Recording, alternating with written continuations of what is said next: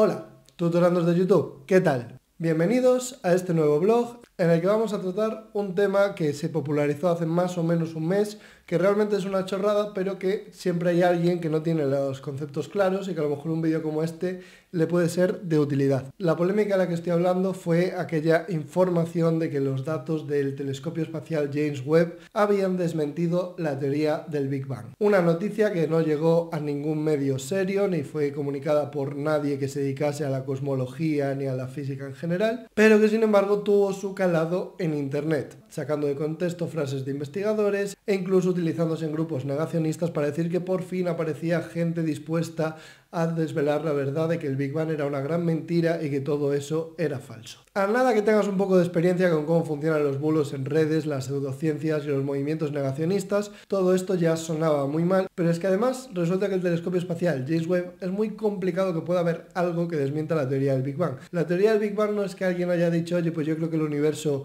explotó y a partir de ahí surgió todo. Y entonces si tú de pronto ves una única cosa, te la cargues. Realmente no funciona así. Realmente la teoría del Big Bang está extremadamente bien asentada y lo que quiero hacer con este vídeo es explicar por qué el James Webb no la ha desmentido y además no es esperable que la desmienta. Es decir, yo cuando leí eso, en ningún momento pensé que a lo mejor era verdad y lo miré con curiosidad a ver qué había pasado. O sea, realmente dije, bueno, esto es una chorrada y cuando lo lees confirmas que es una chorrada. Pero claro, para saber que es una chorrada hay que saber de qué se está hablando. Entonces no me entretengo más y voy a ir con el contenido del vídeo. Cuando hablamos del Big Bang, realmente no nos referimos necesariamente al tema de que el universo comenzó en un punto y que ese punto empezó a inflarse y a dar lugar a todo el universo. La teoría del Big Bang es compatible con otros modelos de universo en los cuales el universo nunca fue un punto, pero sí que es verdad que tenía un tamaño menor que el de ahora. Un tamaño en el sentido de que la separación entre puntos actuales del universo era menor en aquel momento. Porque, por ejemplo, si consideramos que el universo es infinito,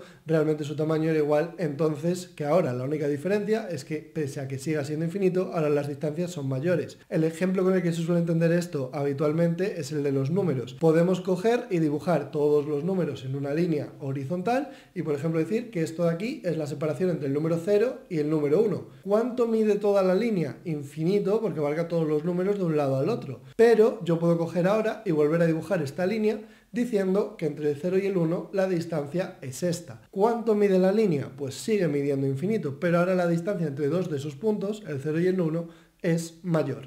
Con el universo sucedería algo similar en caso de que fuera infinito. La distancia entre sus puntos crece y crece y crece, pero el tamaño total seguiría siendo infinito. No habría ninguna incompatibilidad y por tanto, si consideramos que el universo es y siempre ha sido infinito, que es una de las opciones, esto no estaría comprobado, el Big Bang realmente no se originaría en un punto, sino que sería más bien como decir que todos los puntos del universo comenzaron estando a una distancia prácticamente de cero. Es decir, que pese a que toda la recta seguiría siendo infinita, estaríamos hablando de que el 0 y el 1 estarían muy pegados, o por lo menos mucho más pegados que ahora. Bien, desde el momento en el que sentamos esta idea de que tenemos un universo que comenzó teniendo distancias mucho más pequeñas que las que tiene en la actualidad, se pueden hacer predicciones. Predicciones como que en aquel momento las partículas tenían que moverse mucho más rápido, tener mucha más energía y por tanto el universo estaría mucho más caliente. Se hablan de la temperatura de Planck, la energía de Planck, los tiempos de Planck, longitudes de Planck, etcétera, etcétera. Que serían las energías más extremas para las partículas, los tiempos más pequeños de los que la física se atreve a hablar, las distancias más pequeñas, etcétera,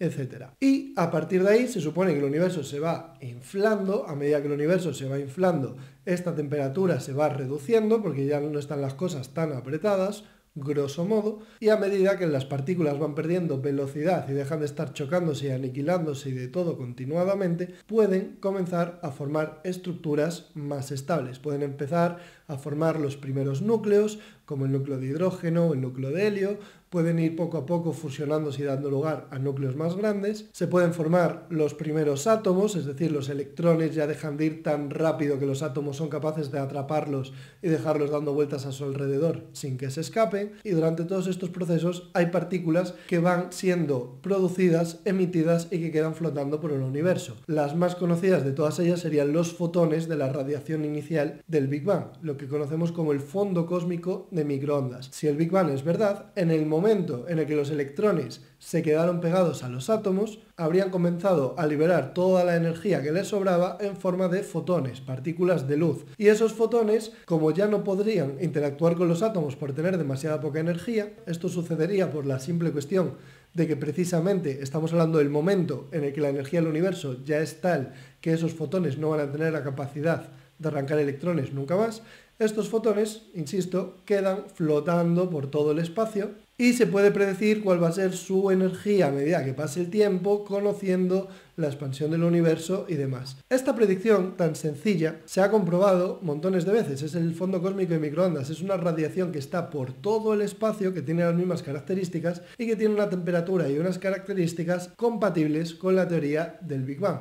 Es decir, oscilan más o menos como tendrían que oscilar, tienen más o menos la energía que tendrían que tener, etcétera, etcétera. Aunque realmente aquí no es que la teoría del Big Bang prediga estos parámetros, sino que a partir de estos parámetros, suponiendo la teoría del Big Bang correcta, podemos hacer cosas como afinar cuál es la edad del universo para que los fotones tengan esa energía. Y bueno, también se supone que tiene que haber un fondo cósmico de neutrinos, que serían otras partículas más complicadas de detectar y que a día de hoy todavía no se habrían localizado, pero no porque no existan o no estén ahí, sino porque no tenemos instrumentos capaces de detectarlos. Es decir, no están desmentidos, sino que los cálculos nos llevan a la conclusión de que sería muy improbable que los detectásemos con nuestra tecnología actual, lo que no dice nada de una tecnología futura. Y por supuesto, si el Big Bang nos permite predecir cuándo se van a formar los primeros núcleos y cuándo se van a formar los primeros átomos, también tendrá algo que decir de cuándo se van a formar las primeras galaxias, sistemas estelares y demás. Y la fecha que asignamos a esta formación no es la teoría del Big Bang en sí, sino que la teoría del Big Bang nos da las pautas para calcularlas en base a nuestro conocimiento de astrofísica y de cómo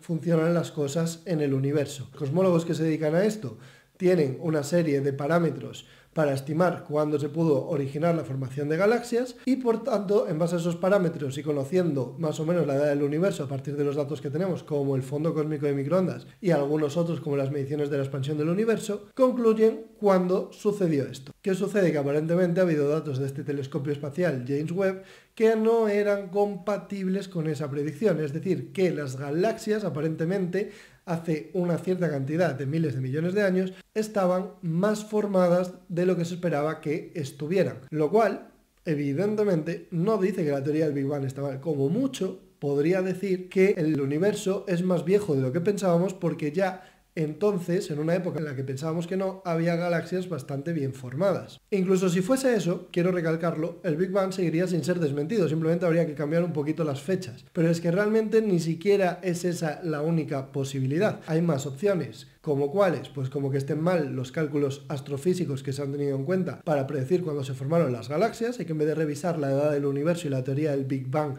como tal, lo que haya que revisar sea en qué momento se formaron adaptándonos a lo que ahora se sabe, o también pudiera ser que los datos del telescopio espacial estuviesen mal en el sentido de que estén midiendo mal las distancias a galaxias lejanas, que piense por cualquier motivo que las galaxias están más lejos de lo que realmente están y por tanto piense que está viendo un pasado más remoto del que realmente está observando, etcétera, etcétera. Y este sería un poco el resumen. Realmente para desmentir el Big Bang tendría que observar algo así como que a medida que te vas mucho más atrás en el tiempo, pues yo que sé, las galaxias están todavía más desarrolladas que ahora, pues el universo se vuelve a expandir en vez de ser cada vez más pequeño. Cada vez más pequeño yendo hacia atrás, me refiero. Si ahora el universo se está expandiendo, se supone que a medida que vamos hacia el pasado debería haber sido más pequeño, pues si por ejemplo se observase que antes era más grande, pues evidentemente ahí sí que podríamos tener un pequeñito problema con el modelo del Big Bang. Aún así tampoco del todo, porque el modelo del Big Bang no dice nada de que no pueda haber etapas anteriores en las cuales el universo fue mayor, se comprimió y volvió a inflarse. De verdad que desmentir el Big Bang son palabras mayores, o sea, es una teoría lo suficientemente abierta como para abarcar este tipo de observaciones. Y por todo esto, por mucho que quiera observar este telescopio, es muy difícil que de un día para otro se diga que la teoría del Big Bang se ha ido al garete, porque incluso aunque se observase algo raro, sigue habiendo muchas otras predicciones que sin el Big Bang no tenemos. Por ejemplo, esta radiación de fondo de microondas que está en todo el universo, el tema de por qué todas las galaxias y estrellas lejanas se alejan de nosotros respetando el mismo ritmo, que es la expansión de Hubble, y el origen de la mayoría de galaxias que conocemos, las características que tienen y demás, tienen unos tiempos que son bastante compatibles con un universo universo que se empezó a expandir en el Big Bang. Así que por favor, si veis alguna noticia de este estilo, antes de nada, dudad de ella. Y ya si veis que la fuente es fiable, es decir, algún cosmólogo o algún físico, porque aunque una cosmóloga haya dicho que debido a estas observaciones se planteó si todo lo que llevaba haciendo toda su vida estaba mal, no se refería al Big Bang, se refería a esas estimaciones de cómo se formaron las galaxias y demás, y aún así tampoco era dramático, que la pobre aparentemente ha tenido que poner en Twitter que el Big Bang existió porque le escribía gente felicitándola por haberlo desmentido y haberse atrevido a hacerlo. Y nada más, como siempre, espero que este vídeo os haya sido de utilidad y nos vemos en el siguiente. ¡Hasta luego!